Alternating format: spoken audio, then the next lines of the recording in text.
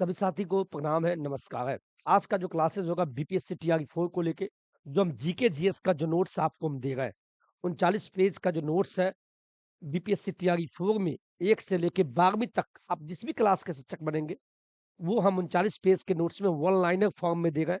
मैं फिर बता दूं, ये गेस क्वेश्चन है। पढ़ने को तो पूरा एनसीईआरटी है, बिल्कुल पढ़िए, मैं कभी नहीं कहूँगा कि नहीं पढ़े।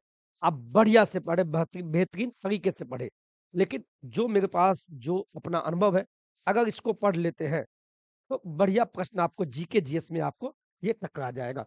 तो बीपीएससी टीआरई 4 में जो आपको हम ले गए, बीपीएससी टीआरई 4 को लेके ये जो हम ले गए, ये क्लास आपका वो है, किस चीज़ का भाई? ये क्लास हम ले गए आपको साइंस का, साइंस का ले गए। ठीक है? और साइंस में ये क्लास चौथा लेंगे और बीपीएससी टीआरई 4 में जो भी तमाम 1 टू 5 दिए गए या छठी से 8वीं आप जिस भी क्लास के देख लें, 9वीं 10वीं और 11वीं 12वीं, इसमें ये कॉमन सेक्शन है। ये छठी से लेके 8वीं 9वीं 10वीं 11वीं 12वीं, इसमें आपको 40 जो प्रश्न है, 40 क्वेश्चन ये आपको जीके जीएस का पूछेगा। ठीक है? और जो 1 टू 5 वाले हैं, इसमें कुछ नहीं बताना है। 1 से 120 क्वेश्चन, 120 क्वेश्चन जो है ये जीएस का पूछेगा। और जो हम पढ़ा रहे हैं, ये आपको बिल्कुल जो जीएस सेक्शन, हम जीएस सेक्शन ही पढ़ा रहे हैं। जीके जीएस जिसको बोलते हैं, इसमें हम विज्ञान पढ़ा रहे हैं और ये आज चौथा क्लास है। समझ में आया? जो नहीं जानते, जो नहीं पढ़े हैं अभी तक, उनके लिए भी एक चीज़ आपको हम बता दें, ध्यान दीजिएगा। मैं फिर बता दूं, आप लोग बहुत सारे लोग चैनल को सब्सक्राइब किए हैं, बहुत अच्छी बात है। आपको नोटिफिकेशन भी आता होगा। इस पे नौकरी तक नहीं सब्सक्राइब किए हैं, तो आप नौकरी तक चैनल, यही लोगो प्ले स्टोर से आप एप्लीकेशन भी डाउनलोडिंग इसी लोगों का 10,000 डाउनलोडिंग कर लीजिएगा। वहां पे ये आपको नोट्स मिल जाएगा। 2,37,200 के सब्सक्राइबर है। इसमें मैं वीडियो, जब वीडियो सेक्शन, होम के बाद वीडियो सब्सक्राइब करें, वीडियो में जब आइएगा, मैं बीच में वीडियो नहीं डाल पाया था, देखिए मैंने साइंस का लगभग 7 दिन पहले मैंने क्लास लिया था, मैं नहीं ले पाया हूँ। और आज चौथा क्लास है, तो क्लास 3 जाके होम वीडियो में क्लिक करके आप तीसरा क्लास, यहाँ देखिए, ये क्लास साइंस का दूसरा देख लीजिएगा। फिर आप साइंस का ही क्लास 1 यानी 3 क्लास मैंने लिया है और आज मेरा चौथा क्लास है। ठीक है? इसका मैंने प्लेलिस्ट नहीं बनाया है, लेकिन बना देंगे। और जिसको जीके जीएस में वीडियो शॉर्ट्स लाइव प्लेलिस्ट आइएगा। प्लेलिस्ट सेक्शन में आपको यहाँ देखिए ध्यान से, जीएस जीएस सेक्शन का मैंने यहाँ खंड बना दिया है। आप खंड को भी देख सकते हैं। देखिए, जैसे ही आप खंड आइएगा, तो मैंने 4 वीडियो अभी तक जीएस का, जो सामाजिक अध्ययन होता है, हिस्ट्री खासकर आधुनिक भारत का इतिहास, वो भी हम आपको करवा दिए। अभी तक कितने क्लास? 1 2 3 4, 4 क्लास हम करवाए हैं। तो वो हम बाद में लेंगे, फिलहाल हम विज्ञान का लेते हैं। बाद बाकी आप ध्यान से पढ़ लीजिए। ठीक है? कोई दिक्कत तो नहीं? कोई दिक्कत नहीं है। ठीक है? और बाद बाकी एप्लीकेशन कैसे डाउनलोडिंग करें, ये हम इसलिए बताते हैं, वीडियो डालने के बाद भी आप नहीं देखते हैं, आपको पता है, सबको नहीं पता होता है। तो आप यहाँ देख लीजिए।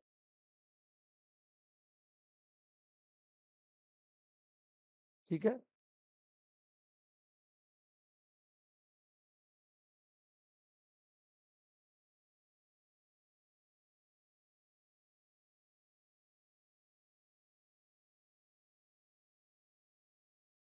जैसे ही शॉर्ट्स में आएँगे, तो शॉर्ट्स में आने के बाद मैंने यहाँ बताया है, नौकरी तक ऐप से कोर्स कैसे खरीदें, प्ले स्टोर से डाउनलोडिंग कैसे करें, सब मैंने यहाँ बताया है। आप देखिए, मात्र 2000 लोग देखते हैं, फिर प्रश्न पूछते हैं, सर नोट्स कहाँ मिलेगा? नोट्स प्ले स्टोर से नौकरी तक, यही लोगो लगा हुआ, आप डाउनलोडिंग कर लीजिए।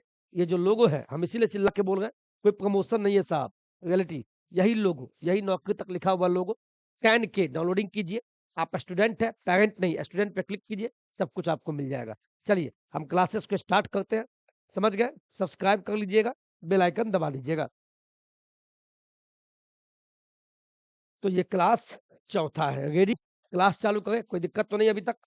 आप लोग बोले तो मैं क्लास चालू कर दूं? आप लोग बोले तो मैं क्लास चालू कर दूं?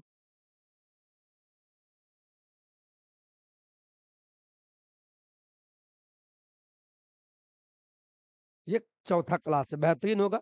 30 क्वेश्चन लेंगे वन लाइनर फॉर्म में। ठीक है? स्टार्ट करते हैं।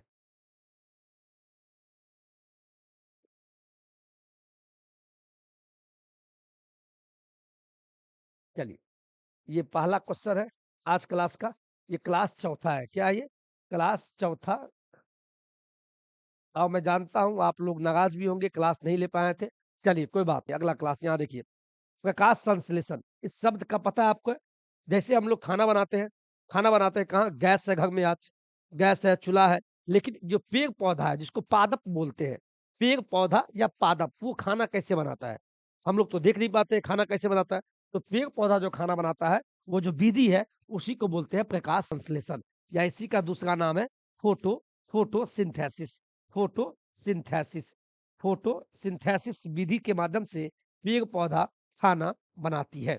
अब प्रश्न पूछा है, प्रकाश संश्लेषण का जो प्रथम स्थिर स्थिर यौगिक स्थिर यौगिक कौन सा है? तो आप बोलिएगा फास्फो फास्फोग्लिसरिक फास्फोग्लिसरिक फास्फोग्लिसरिक अम्ल है। कौन सा है? फास्फोग्लिसरिक अम्ल है। ठीक है, ठीक है, क्लास में हम बाद में बात करते हैं। ठीक है,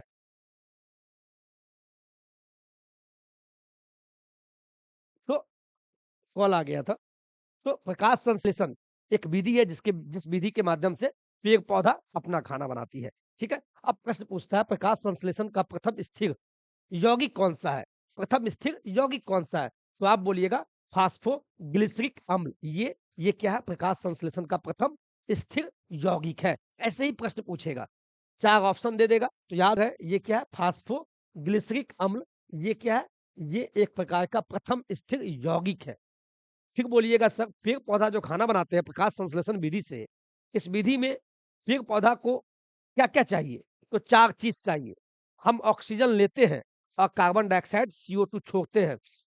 ऑक्सीजन लिए, कार्बन डाइऑक्साइड छोड़े, CO2। तो कहने का मतलब ये हुआ, जो हम बताना चाह रहे हैं इसको ध्यान दीजिएगा। देखिए, यहाँ ध्यान दीजिए आप, एक चीज आपको बताते हैं, बहुत बढ़िया प्रश्न है जो आपको काम आएगा। यहाँ देखिए, जो प्रकाश संश्लेषण विधि है इसको भी जानिए, थोड़ा हम बता देते हैं प्लीज।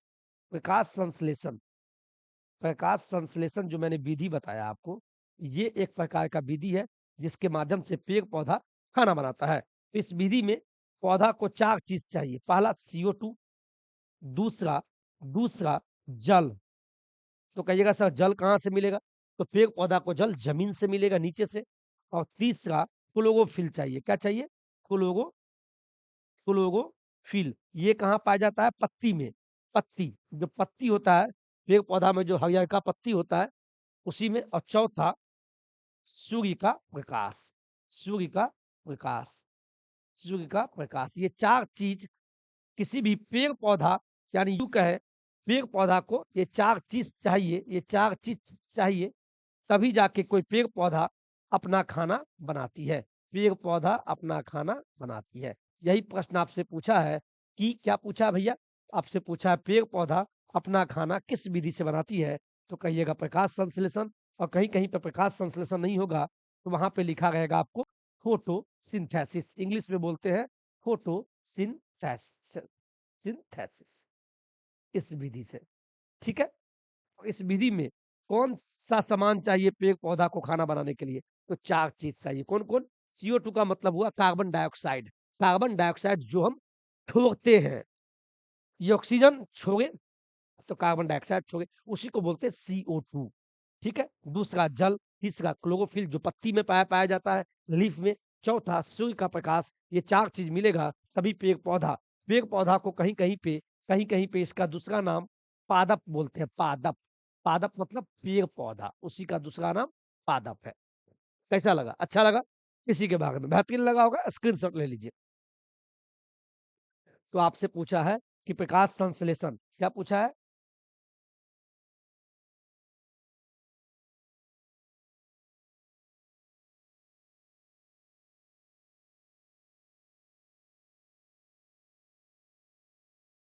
आपसे पूछा है प्रकाश संश्लेषण, क्या पूछा है? प्रकाश संश्लेषण का प्रथम स्थिर यौगिक फास्फोग्लिसरिक अम्ल है। दूसरा क्वेश्चन देखिए, राइजोम एक प्रकार का पौधा है। राइजोम पादप, पादप मतलब पौधा। राइजोम पादप का भूमिगत भूमिगत प्रारूप क्या है? तो तना है। राइज़ोम जो पादप होते हैं, पादप मतलब पौधा, राइज़ोम पादप का जो भूमिगत, जो ज़मीन के अंदर, भूमिगत मतलब क्या? भूमिगत का मतलब हुआ जो ज़मीन के अंदर पाया, तो ज़मीन के अंदर क्या पाया जाता है? जड़।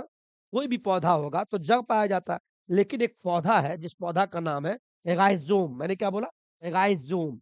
राइज़ोम पौधा का जो भूमिगत का रूप है वो तना है। तीसरा सवाल, दलहन, जो आप घर में दाल खाते हैं, ठीक है? कोई भी दाल खाते होंगे आप, चना दाल, अरहर दाल, मूँग का दाल, कोई भी दाल खाइए उसको वो किसमें आता है? दलहन में आता है। क्या में आता है? दलहन में। अच्छा लगा? तो दलहन के जड़ में ध्यान दीजिएगा, प्रश्न बोला है दलहन के जड़ में पाया जाने वाला कौन-सा जीवाणु है? तो कहिएगा राइज़ोबियम है। राइज़ोबियम ये क्या है? दलहन के जड़ में पाया जाने वाला एक प्रकार का जीवाणु है। एक प्रकार का जीवाणु है। यह क्या है? एक दलहन, कोई भी दाल आप जो खाते हैं, तो दाल तो खा लेते हैं, तो दाल के बारे में, दाल किसमें पाया जाता है? जितने भी दाल खाइए वो दलहन में पाया जाता है। दलहन बाप हुआ, ठीक है?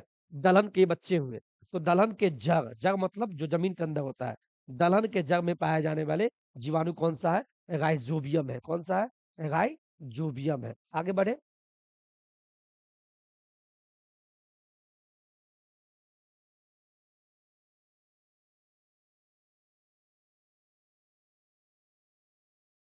राइज़ोबियम है। चलिए अगला प्रश्न लेते हैं। पता है जब क्लास छूट जाता है, तो सिस्टमैटिक ही टूट जाता है। मैं समझ रहा हूँ, मेरा भी सिस्टमैटिक पढ़ाने का टूट जाता है। चलिए कोई बात नहीं, क्लास हम लेते हैं।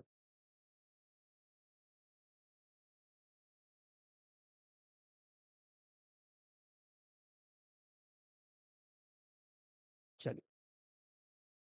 चौथा सवाल लेते हैं, ठीक है? कोई दिक्कत तो नहीं? चलिए, पौधे, जो भी पौधे हैं, नाइट्रोजन, जो नाइट्रोजन पौधे ग्रहण करते हैं, वो कहाँ से मिलते हैं? तो नाइट्रेट के रूप में। नाइट्रेट के रूप में क्या होता है? पौधे जो हैं, कोई भी पौधे नाइट्रोजन ग्रहण कैसे करते हैं? तो नाइट्रेट के रूप में।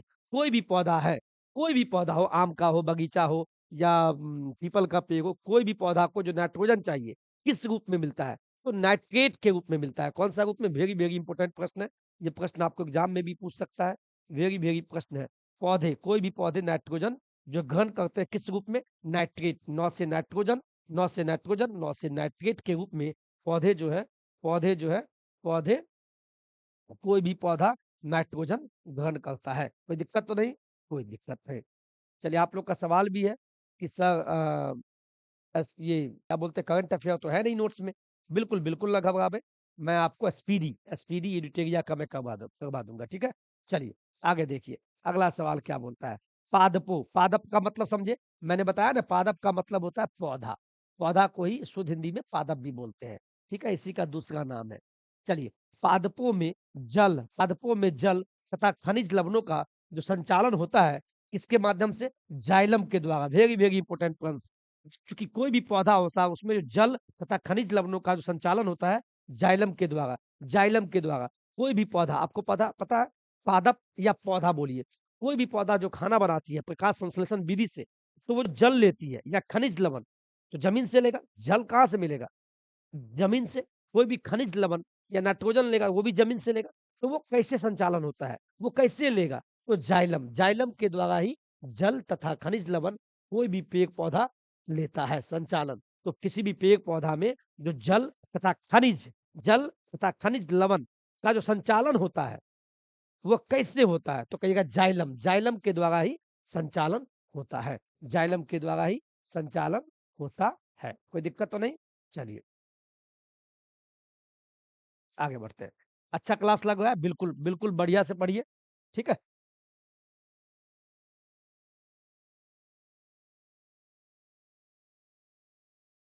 पादप जहाँ भी पादप बोले यानी पेड़-पौधा की बात की जा रही है। पादपों में बना खाद्य पदार्थ का मतलब समझे? पहले पढ़िए, पादपों में बना खाद्य पदार्थ पौधे के विभिन्न अंगों में पहुँचता है, कैसे? फ्लोएम के द्वारा। जैसे हमारे घर में जो खाना बनता है, हमारे घर में जो खाना बना, खाना बन तो गया, अब हमको खाना या तो अपने हाथ से लेंगे नहीं तो हमारी मम्मी देगी, नहीं शादीशुदा है तो पत्नी देगी, नहीं तो आजकल पति को तो पत्नी खिलाएगा, लेकिन आजकल ये भी हालत है, कभी-कभी पति को भी पत्नी को खिलाना पड़ रहा है और खिलाना भी चाहिए। कोई विरोध नहीं कर रहा है, अच्छी बात है। तो पेड़ पौधा यूं कहे जो पादप होते हैं, पादप, तो वही बोला है पादपों में जो बना खाना, खाना तो बन गया प्रकाश संश्लेषण विधि के द्वारा, पौधा खाना तो बना लिया, लेकिन पौधा का और भी अंग है, 1 डाल, 2 डाल, 3 डाल, सभी अंग में खाना पहुँचना चाहिए। तो किस विधि के माध्यम से खाना पहुँचेगा? तो फ्लोएम, खाद्य पदार्थ का मतलब क्या? जो प्रकाश संश्लेषण विधि के द्वारा जो खाद्य बनता है, खाद्य मतलब जो खाना बन गया, तो सभी को पत्ती को भी खाना चाहिए, सब डाल को खाना चाहिए, तो खाद्य पदार्थ सभी जगह, पौधे के सभी भागों में कैसे पहुँचेगा? तो फ्लोएम के द्वारा।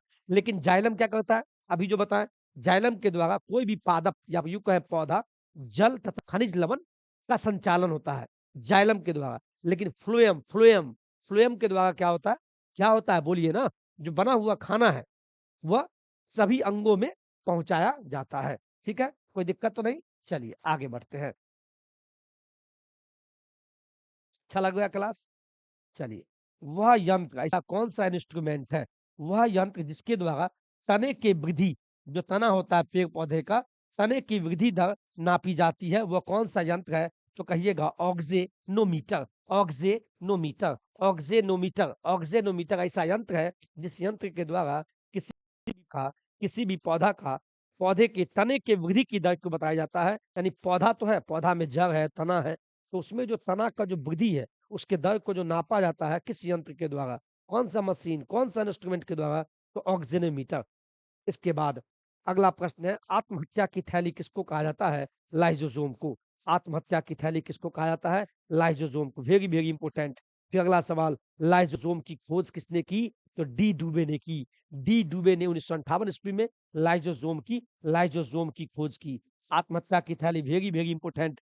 आत्महत्या की थैली किसे कहा जाता है? लाइसोसोम। और लाइसोसोम का खोज किसने किया? इसका जनक कौन था? किसने पहली बार बताया? तो डी डुबे एक साइंटिस्ट थे, उन्होंने 1958 में ही बता दिया कि लाइसोसोम होता है और लाइसोसोम आत्महत्या की थैली कही जाती है। कोई दिक्कत तो नहीं? अभी हम क्या पढ़ रहे हैं? विज्ञान पढ़ रहे हैं, जीके जीएस पढ़ रहे हैं, बेहतरीन तरीका से पढ़िए और बिल्कुल याद मत कीजिए, बस इसको 2-3 बार पढ़ते रहें चिल्ला-चिल्ला के।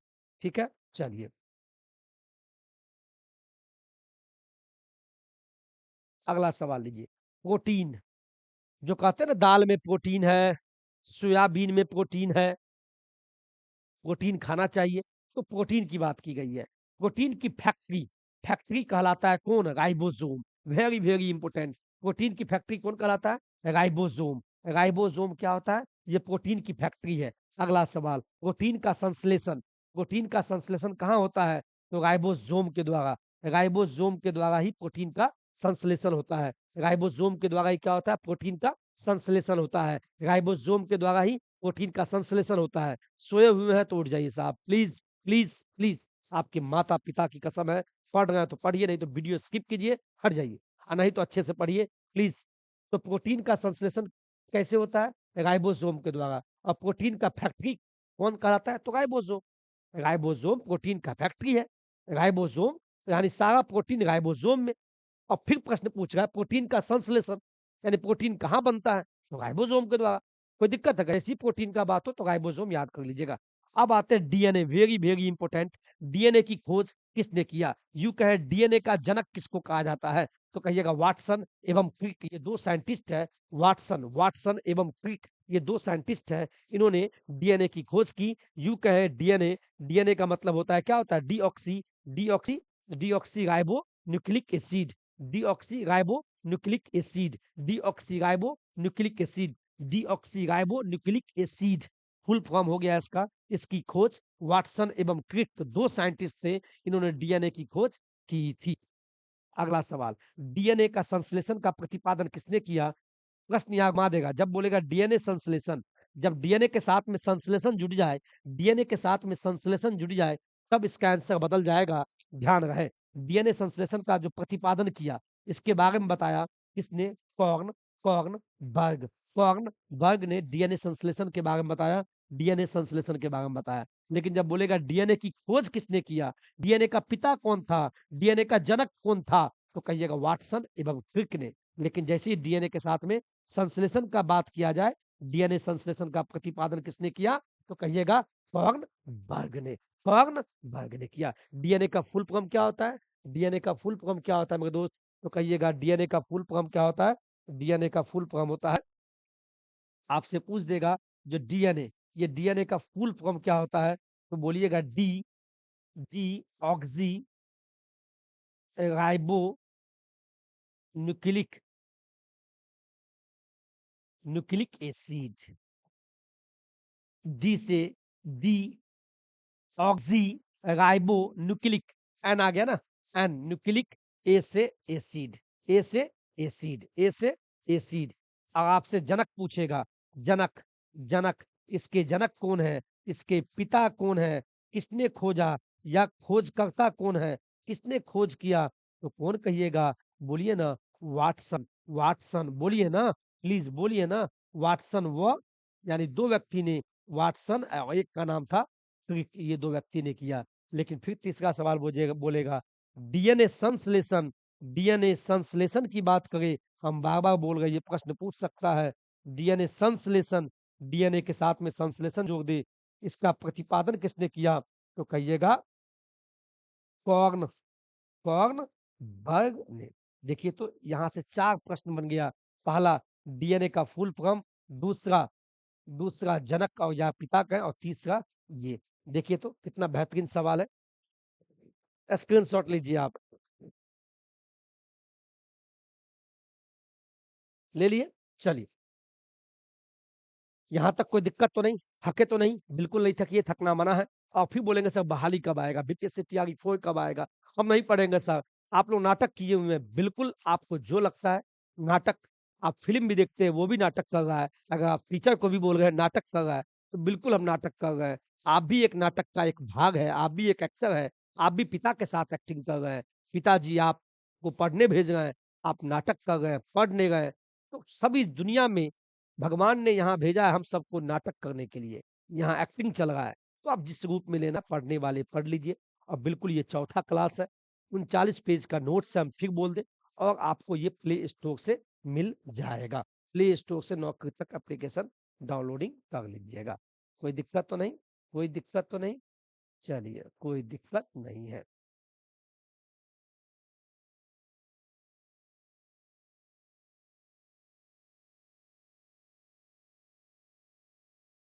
चलिए अगला सवाल, डीएनए का फुल फॉर्म बुझ गए, डीऑक्सी राइबो न्यूक्लिक अम्ल, और आरएनए राइबो न्यूक्लिक अम्ल। डीएनए और आरएनए क्या है, ये है क्या एक्चुअली, ये क्या है, डीएनए क्या है, कहते हैं ना भैया कोई गलती मत करना, डीएनए टेस्ट हो जाएगा। इसीलिए आप युवा हैं, और जो शादीशुदा है उनको भी बोलना चाहेंगे, आप ऐसी कोई गलत संगति न पकड़े, गलत संबंध नहीं बनावे। ऐसे में क्या होता है, आजकल कहते हैं ना कि डीएनए टेस्ट हुआ, पता चल गया कि बच्चा उसके पेट में किसका है, आजकल होता है, और मुझे बताने में कोई शर्म नहीं है।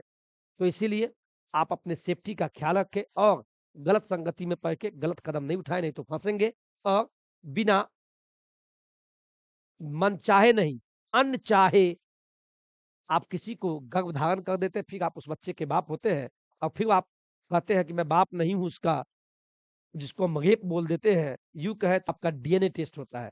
डीएनए टेस्ट होगा, फिर आप पकड़े जाएँगे, तो अपना ख्याल रखें, मैंने आपको बता दिया। तो डीएनए और आरएनए है क्या? तो डीएनए और आरएनए क्या है? एक प्रकार का न्यूक्लिक अम्ल है, न्यूक्लिक अम्ल है, वेरी, वेरी इंपोर्टेंट। अगला सवाल, डीएनए के जो क्रियात्मक खंड को क्या कहते हैं? जीन कहते हैं। डीएनए के क्रियात्मक खंड को हम जीन बोलते हैं। डीएनए का डबल हेलिक्स मॉडल को किसने बनाया? तो कहिएगा वाटसन एवं क्रिक। आपको पता है यही 2 साइंटिस्ट थे, इन्होंने ही पहली बार डीएनए की खोज की थी, डीएनए के बारे में बताया, और इन्होंने ही बताया डीएनए है क्या? डीएनए कैसा होता है? तो फिर हम आपको बता दें, डीएनए डबल हेलिक्स होता है, डबल हेलिक्स मॉडल। एक्चुअली ये क्या है? ये देखिए साहब, ये देखिए ना साहब, मैं बताता हूँ ना क्या है। डीएनए ये देखिए,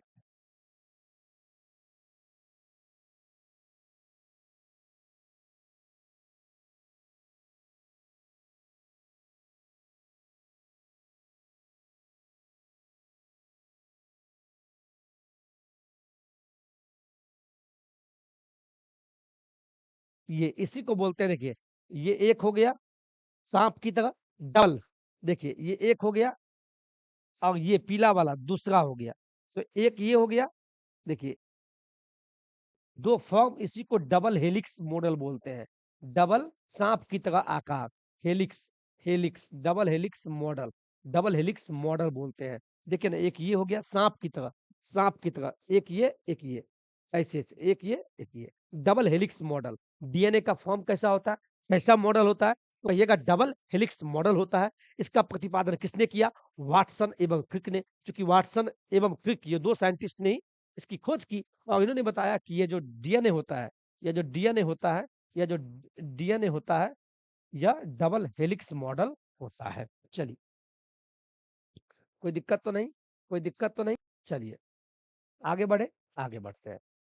अब इसके बाद का जो क्लास होगा वो सामाजिक अध्ययन का क्लास होगा जीएस सेक्शन में ही, और जीएस सेक्शन में ही होगा आधुनिक भारत का इतिहास। चलिए, अगला सवाल, डीएनए, डीएनए, डीएनए का मतलब बताया ना अभी? डीएनए की जो इकाइयाँ हैं वो क्या है? न्यूक्लिल, न्यूक्लिल ओटाइड्स है, ओटाइड्स, न्यूक्लिक डीएनए की इकाइयाँ हैं। ये जो कह देगा, 4 ऑप्शन देगा, डीएनए की इसमें कौन सी इकाइयाँ हैं? एक प्रकार का जो न्यूक्लिक ओटाइड्स है, ये भी एक डीएनए की इकाई है, डीएनए की इकाई है। यहाँ तक कोई दिक्कत? अगला क्लास लीजिए। वेरी, वेरी इंपोर्टेंट, हमारे भारतीय थे, इसको आप स्क्रीनशॉट ले लीजिएगा। सर्वप्रथम पहली बार प्रयोगशाला में, सर्वप्रथम प्रयोगशाला में जीन, जीन का संश्लेषण किसने किया था? तो कहिएगा हरगोविंद खुराना साहब ने किया था। वेरी वेरी इंपॉर्टेंट, इन्होंने पहली बार लैबोरेटरी में, यूं कहें लैब में, यूं कहें प्रयोगशाला में, पहली बार सर्वप्रथम इन्होंने जीन, जिसको हम डीएनए बोलते हैं, उसका संश्लेषण, उसके बारे में उसका खोज, इन्होंने टेस्ट जो किया था पहली बार प्रयोगशाला में, तो हरगोविंद खुराना ने किया था। जब भी आएगा सर्वप्रथम प्रयोगशाला में, प्रयोगशाला शब्द आ जाए और जीन आ जाए, सर्वप्रथम प्रयोगशाला यानी लैब की बात किया जा रहा है। अपने सिंथेटिक रूप में यानी इंसानों ने जीन का इस्तेमाल किया, जीन को बनाया। सर्वप्रथम प्रयोगशाला में जीन, जिसको डीएनए बोलते हैं, प्रयोगशाला में। तब बोलिएगा किसने किया? उसके पिता कौन थे? तो डॉक्टर हरगोविंद, हरगोविंद खुराना साहब। लेकिन सीधे बोलेगा डीएनए का खोज किसने किया? डीएनए का जनक कौन है? तो वाटसन एवं क्रिक। लेकिन प्रयोगशाला की बात हो, लेबोरेटरी की बात हो, उसमें किसने खोजा? किसने संश्लेषण किया? प्रयोगशाला में जीन का खोज किसने किया? तो कहिएगा डॉक्टर हरगोविंद खुराना साहब ने। Very very important. कोई दिक्कत तो नहीं साहब? प्लीज इसका स्क्रीनशॉट ले लीजिए, काम आ जाएगा। ठीक है, वैसे आपको नोट्स मिल जाएगा। ठीक है, आगे बढ़े। चलिए आगे बढ़ते हैं। क्लास लंबा होगा, कोई बात नहीं, मुझे भी अफसोस नहीं है और शायद आपको भी अफसोस नहीं होना चाहिए। अब चलिए, आप लोग पिता, कोई पिता बनने वाले होंगे या पिता बन गए होंगे, इनमें से कोई माताएं बहनें होंगे, जानना चाहिए पुरुष व स्त्री जीन संगठन क्या होता है? ठीक है, पुरुष व स्त्री जीन। मान लीजिए आपको बेटा हुआ, मान लीजिए हम भी किसी के बेटा है या मेरा भी बेटा है, उसका नाम चंद्रराज भारती है, तो उसका जीन क्या होगा? जो लड़का होगा, पुरुष होगा, उसका एक्स वाई होगा। अगर लड़की पैदा घर में हुई तो उसका एक्स एक्स होगा। वही बात बोला है, पुरुष व, यानी व मतलब और लगा दिया, तो पुरुष के लिए एक्स वाई और स्त्री के लिए एक्स एक्स, यानी कंफ्यूज मत होना। पुरुष व स्त्री जीन संगठन क्या होता है? तो पुरुष का जीन क्या होता है? तो एक्स वाई बोलिएगा, देखिए ना, एक्स वाई। और स्त्री की बात करें तो डबल एक्स एक्स। समझ गए? आगे बढ़े, कोई दिक्कत नहीं है, कंफ्यूज मत होइएगा। ये जैसे ही लड़का की बात करें तो एक्स वाई उल्टा कर दीजिएगा, स्त्री की बात हो, स्त्री की बात हो तो double x, double x, double x, double x, स्त्री यानी महिला की बात होगा, गर्ल्स की बात होगा। समझ गए ना? तो आपके घर में अगर बेटी हुई है या आप बेटी है, तो इसका मतलब आप डबल एक्स है। कोई लड़का पैदा होगा, पुरुष होगा, तो उल्टा उल्टा, X Y, X Y, X Y. ठीक है, चलिए आगे बढ़े। बस आप 10 मिनट और समय दीजिए, क्लास खत्म हो जाएगा। ठीक है, चलिए अब यहाँ पढ़िए, वेरी वेरी इंपॉर्टेंट। एक लड़का पिता से, पिता से क्रोमोसोम पाता है, क्या क्या? 22+y, 22+y। कोई भी लड़का, जैसे मान लीजिए हम भी अपने पिता से कोई ना कोई गुणसूत्र पाए होंगे, क्रोमोसोम पाए होंगे, तो हम लड़का है, तो क्या पाए हैं अपने पिता से? तो 22+y, 22+y, 22+y। बच्चों के, जो बच्चे का जो लिंग होता है, निर्धारण कैसे होता है? तो पिता के गुणसूत्र से होता है, एक्स और वाई से पता चलता है। किसी भी बच्चे का, लड़का या लड़की है, उसका जो लिंग डॉक्टर पता, लिंग मतलब क्या? ये मेल है या फीमेल है, पुरुष है या स्त्री है, ये पता कैसे चलेगा? तो पिता, जो हमारे फादर है, उसके गुणसूत्र एक्स वाई से पता चलेगा। अगला सवाल वेरी वेरी इंपोर्टेंट। पैतृकता, पैतृकता, पैतृकता सिद्ध करने में क्या सहायक होता है? तो डीएनए और फिंगरप्रिंट्स, वेरी वेरी इंपॉर्टेंट। इसका मतलब समझे, पैतृकता का सिद्ध होता है, यानी हम अपने पिता के पुत्र हैं, बिल्कुल हैं, इसमें कोई संशय नहीं होना चाहिए। आप भी पिता के ही पुत्र होंगे या पुत्री होंगे। लेकिन मान लीजिए कोई आपको संशय पैदा कर दे कि नहीं, नहीं, नहीं, कोई हमको संशय पैदा कर दे, नहीं, तुम अपने पिता का पुत्र नहीं हो सकता है मेबी इसको हँसी में लीजिएगा, कॉमेडी में लीजिएगा, तो फिर क्या होगा, मेरे पिता का डीएनए टेस्ट किया जाएगा, और जैसे ही डीएनए टेस्ट किया जाएगा, तो मेरा बाप कौन है ओरिजिनल में, आजकल आधार कार्ड में लिख दिया जाता है कि तुम्हारे पिता है। हुआ था ना, अरविंद केजरीवाल अरविंद केजरीवाल बोल दिए थे, बहुत सारा मामला हुआ था, युद्ध हुआ था, बोल दिए थे कि हम कैसे मानेंगे कि इंडिया ने पाकिस्तान को ये कर दिया, फलाना ठिकाना, केजरीवाल ने। तो बहुत लोगों ने बोल दिया कि अरविंद केजरीवाल अपने पिता पे भी सवाल उठा सकते हैं। तो हम लोग के पिता सर्वे सर्वा है। तो पिता पुत्र अगर ओरिजिनल में आप ही हैं, हम अपने बाप के बेटा ओरिजिनल में है, तो हमारे पिता और मेरा डीएनए मिलाया जाएगा। तो वही बोला है, पैतृकता जो सिद्ध करने में सहायक क्या होता है, तो डीएनए और फिंगर प्रिंट टेस्ट, ये दो टेस्ट से पता चलेगा, ये दो टेस्ट से पता चलेगा कि हम किसके बेटे हैं, यानी वाकई में, समझ गए ना? इसीलिए आप लोग सेफ्टी में रहिएगा। चलिए, कोई दिक्कत तो नहीं? या भाग गए आप? भाग गए तो बहुत अच्छी बात है। और जो अभी तक टिके हुए लास्ट तक कमेंट कीजिएगा कि सर हम लास्ट तक टिके हुए हैं, तो क्लास बढ़िया लग रहा है। चलिए, अगला सवाल, जो आजकल डायबिटीज चला हुआ है, मधुमेह, मधुमेह कहिए या डायबिटीज, मधुमेह जो रोग है, जो बीमारी है, यह क्यों होता है? तो इंसुलिन की कमी से, यह आपको तो पता ही होगा, इंसुलिन की कमी से डायबिटीज आजकल होगा। और इंसुलिन की खोज किसने किया? तो वैटिंग, वैटिंग एक साइंटिस्ट थे, और दूसरा साइंटिस्ट वेस्ट, ये दो साइंटिस्ट थे, इन्होंने ही बताया कि इंसुलिन क्या होता है, और इंसुलिन की कमी के कारण ही लोगों में मधुमेह फैल रहा है। यानी यूँ कहें क्या, मधुमेह फैल रहा है या डायबिटीज फैल रहा है। कोई दिक्कत तो नहीं? इंसुलिन, इंसुलिन शरीर में बनती कहाँ है? अग्नाशय में, अग्नाशय के द्वारा ही इंसुलिन का निर्माण होता है, और जब इंसुलिन की कमी होती है, तो मधुमेह रोग, यूँ कहें डायबिटीज हो जाता है। और इंसुलिन का खोज, यानी इंसुलिन के जनक कौन है, इंसुलिन के बारे में पहली बार किसने बताया? तो वैटिंग, वैटिंग, वैटिंग एवं वेस्ट ने। लास्ट में ब्रोंकाइटिस, ब्रोंकाइटिस, ब्रोंकाइटिस एक रोग है श्वास नली का, श्वास नली का। ब्रोंकाइटिस एक प्रकार का बीमारी है, नहीं बोलना चाहिए ब्रोंकाइटिस, समझ गए? जो श्वसन नली, जो सांस लेते हैं, देखिएगा बहुत सारे महिला को, या जो बूढ़े हो जाते हैं, या जो वृद्ध हो जाते हैं, उनको खांसी खूब होने लगता है, या यूं कहे छाती में दर्द होने लगता है, या यूं कहे सांस नली में प्रॉब्लम हो जाता है सांस लेने में, तो ब्रोंकाइटिस बोलते हैं। ब्रोंकाइटिस क्या है? एक प्रकार का बीमारी है, रोग है, जो श्वास नली में हो जाता है।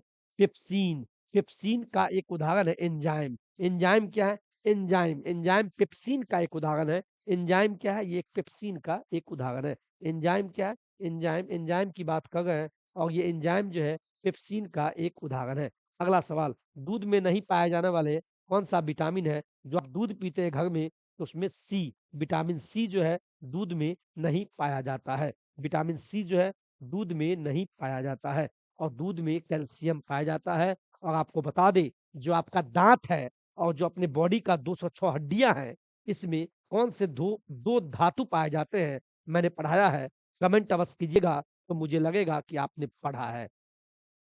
2 धातु का नाम बताइए, जो दाँत और हमारे शरीर के हड्डियाँ में पाया जाता है। उसका सही जवाब मैं बता दूँ, या लास्ट में बताऊँ, या अभी बता दूँ? वैसे आप कमेंट कीजिएगा, तो मुझे लगेगा कि वाक़ई में आप अंतिम तक क्लास किए हैं। क्लास चौथा है, मैंने क्लास तीसरा में बताया था, ध्यान रहे। तो दूध में ऐसा कौन-सा विटामिन नहीं पाया जाता है? तो कहिएगा विटामिन सी। विटामिन सी जो नींबू, नींबू, संतरा, इस सब में विटामिन सी पाया जाता है, लेकिन दूध में नहीं, विटामिन सी नहीं पाया जाता है। चलिए, अगला सवाल बहुत बेहतरीन सवाल है, इसको लेते हैं। टॉक्सिन, नाम से ही लगता है खतरनाक। टॉक्सिन क्या? एक जहरीला पदार्थ है। टॉक्सिन क्या? एक जहरीला पदार्थ है, टॉक्सिन। अगला सवाल, प्लाज्मोडियम परजीवी है मलेरिया रोग का। प्लाज्मोडियम, प्लाज्मोडियम परजीवी, एक प्रकार का परजीवी है। तो क्या है ये? ये मलेरिया, जो मलेरिया फैलता है, वो प्लाज्मियम, प्लाज्मोडियम परजीवी। मलेरिया रोग का वाहक कौन है? यानी मलेरिया रोग क्यों होता है? क्यों होता है? कौन इसको ढोक के लाता है? तो एक महिला, एक महिला, एक फीमेल जो मच्छर है, एक फीमेल मच्छर है जिसका नाम है एनोफ्लीज, एनोफ्लीज। और आपको मैं बता दूं, दुर्भाग्यवश हमें मलेरिया भी हो चुका है और मुझे ये पता भी था और आपको भी जानना चाहिए, इसीलिए रात में मच्छरदानी लगा के सोना चाहिए। फिर भी हम लोग गलती करते हैं, हम भी गलती कर देते हैं, मच्छरदानी नहीं लगाते हैं। मुझे डेंगू हुआ था। और मलेरिया क्यों फैलता है? तो वही बोला है, मलेरिया क्यों फैलता है, कौन से मच्छर के काटने से? तो बोलिएगा मलेरिया फैलता है मादा, यानी एक फीमेल, फीमेल मच्छर होता है जिसका नाम है एनोफ्लीज। मादा एनोफ्लीज मच्छर के कारण ही मलेरिया फैलता है। इसीलिए कहा है मलेरिया जो रोग का वाहक, वाहक मतलब समझे ढोने वाला, मलेरिया रोग को कौन फैलाता है, यानी मलेरिया को, मलेरिया जो बीमारी है उसको ढो के कौन लाता है? तो वाहक कौन है? तो कहिएगा एक मच्छर है जो महिला मच्छर है। महिला बताइए, महिला मच्छर जो हम लोग को मलेरिया फैला रही है, एनोफ्लीज। कोई दिक्कत तो नहीं? और जब आपको मलेरिया जो बीमारी हो जाता है मादा एनोफ्लीज मच्छर काटने से, तो इसमें कौन सा अंग प्रभावित हो जाता है? कहिएगा प्लीहा। प्लीहा जो है ये आपका प्रभावित होता है, जिसका दूसरा नाम तिल्ली, तितली नहीं तिल्ली, तिल्ली। तो मलेरिया रोग में आपका कौन सा अंग प्रभावित होता है? प्लीहा। मानव जो मूत्र है, मानव मूत्र में उत्सर्जित क्या होते हैं? तो कहिएगा विटामिन सी, विटामिन सी। हम आप जो पेशाब करते हैं, हम आप जो मूत्र करते हैं, जो हम लोग यूरिन, जो हमारा यूरिन बाहर निकलता है, तो मानव मूत्र में उत्सर्जित क्या हो जाता है? एक विटामिन है, विटामिन सी उत्सर्जित हो जाता है, यानी बाहर। हम तो पेशाब करते हैं, मूत्र उत्सर्जन करते हैं बाहर, करना भी चाहिए, इसीलिए पानी खूब पीना चाहिए। पानी जितना पिएंगे उतना आपके लिए फायदा होगा। ठीक है, वेरी वेरी इंपॉर्टेंट। मूत्र, जो हम लोग मूत्र का उत्सर्जन करते हैं, यानी पेशाब जो हम करते हैं, खूब पानी पीने के बाद जो हमें पेशाब लग जाता है और पेशाब करने जाते हैं, इसको मूत्र बोलते हैं। तो मूत्र कैसा होता है? वो अम्लीय होता है। तो मूत्र का पीएच मान क्या होता है? 6, 6। कहते हैं ना जब पेशाब कीजिए तो दुर्गंध आता है, छी छी, तो छी मतलब 6। तो मूत्र का जो पीएच मान है वो 6 होता है। मूत्र का पीएच मान कितना होता है? 6। और मूत्र क्षारीय है या अम्लीय है? तो बोलिएगा क्षारीय। अब देखिए, जो मूत्र होता है, जो पेशाब जो हम लोग करते हैं, मूत्र का रंग पीला क्यों होता है? तो बोलिएगा यूरोक्रोम के कारण, यूरोक्रोम के कारण पेशाब पीला होता है। तो डॉक्टर बोलता है अरे जॉन्डिस तो नहीं हो गया, इसीलिए खूब पानी पियो। तो प्रश्न पूछ देगा कि मूत्र का जो रंग है वो पीला क्यों होता है? तो आपको मैंने बता दिया, यूरोक्रोम के कारण ही मूत्र का जो रंग है वो पीला होता है। देखिए कितना बढ़िया प्रश्न है, सब एनसीईआरटी का प्रश्न है। वाकई में आप लोग पढ़े होंगे एनसीईआरटी, और पढ़े भी होंगे तो आपको याद आता होगा। कोई दिक्कत तो नहीं? चलिए, अब ये सवाल वेरी वेरी, जो आप लोग मेढक देखते हैं, जिसको हिंदी में ठेठी में बेंग बोलते हैं, मिथिला क्षेत्र में बेंग, मेढक, बरसात के दिनों में जो मेढक निकलता है, तो मेढक का जो हृदय होता है, जो हार्ट होता है, हम लोग का भी हार्ट है ना, लेफ्ट राइट। तो जो मेढक का हृदय होता है उसमें क्या होते हैं? उसमें 3 भाग होते हैं। तो मेढक के हृदय में 3 भाग। अगला सवाल, जो हम मनुष्य, जो मानव है, मनुष्य के हृदय में कितने प्रकोष्ठ होते हैं? तो 4। यानी हृदय में, मनुष्य के हृदय में कितने प्रकोष्ठ होते हैं? तो 4। मनुष्य की बात कर रहा है, मेढक की बात करेगा तो 1 घटा देना, बोलना 3। अगला सवाल, जो रक्त है, रक्त बोलिए, ब्लड बोलिए, खून बोलिए, रुधिर बोलिए, सब एक ही नाम है। रक्त के प्रवाह, प्रवाह को रोकने के लिए किसका उपयोग किया जाता है? फेरिक क्लोराइड का, फेरिक क्लोराइड का उपयोग किया जाता है। अगला सवाल, शरीर में प्रचुर पाया जाने वाला तत्व क्या है? ऑक्सीजन। ऑक्सीजन आपको पता है ना, ऑक्सीजन, ऑक्सीजन जो हमारे शरीर में पाया जाने वाला प्रचुर मात्रा में, ये सबसे ज्यादा तत्व यही है। मनुष्य के शरीर में जल कितना होता है? तो बोलिएगा 65 से लेके 80%, यानी 65 से लेके 80% तक हमारे जो मानव शरीर है इसमें जल पाया जाता है। और सबसे अधिक कौन सा तत्व पाया जाता है हमारे शरीर में? तो कहिएगा ऑक्सीजन। और जल कितना पाया जाता है? जल की बात करें, हमारे शरीर में जल कितना है? तो 65 से लेके 80% तक जल पाया जाता है। और सबसे अधिक तत्व कौन सा तत्व अधिक पाया जाता है? कौन सा धातु? तो ऑक्सीजन। कोई दिक्कत तो नहीं? कोई दिक्कत तो नहीं?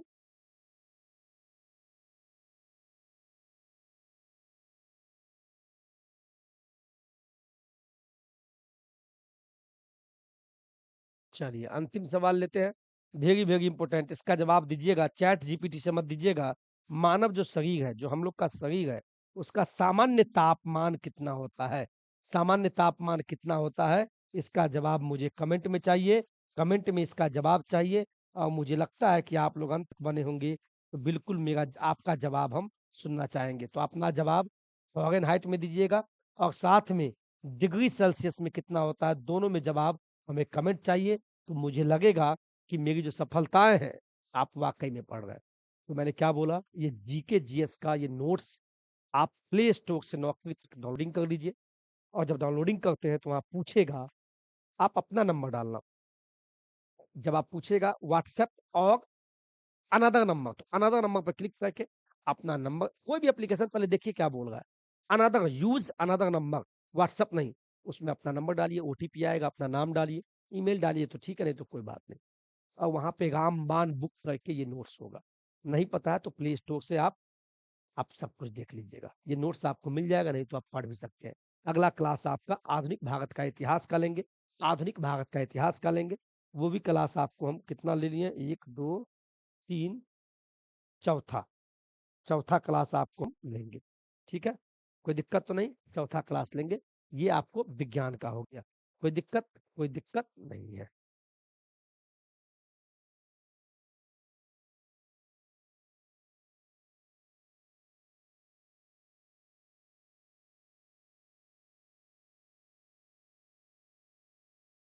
प्ले स्टोर आपके मोबाइल प्ले स्टोर होगा, नौकरी तक, वहाँ NAUKARI, नौकरी तक मारिएगा, वहाँ पे प्ले स्टोर में जब ऊपर से 1-2 स्लाइड कीजिएगा तो नीचे में आपको क्या दिखेगा पता है? आपको ऐसा लोगो दिखेगा 2-3 के बाद, ये लोगो पे क्लिक कीजिएगा और 10 के यानी 10,000 डाउनलोडिंग किया हुआ है, तो आप कुछ नहीं करना, आप क्या करना हम बता देते हैं।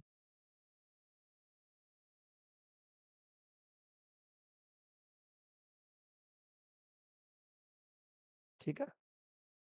ये देखिए। ऐसा ही लोगो दिखेगा, डाउनलोडिंग कर लीजिएगा। नहीं पता है तो शॉर्ट्स में, होम वीडियो शॉर्ट्स, शॉर्ट्स में हम यहाँ डाल भी दिए हैं। कैसे नौकरी तक ऐप से कोर्स कैसे खरीदे, पीडीएफ डाउनलोडिंग कैसे करें, सब कुछ बता दिए हैं। कोई दिक्कत नहीं है और बेहतरीन पढ़िए। कब आएगा नहीं आएगा, लेकिन आएगा तो बस कोई न कोई पढ़ रहा है, आप भी पढ़ रहे हैं। ठीक है? चलिए आज के वीडियो में इतना ही। जय हिंद, जय भारत।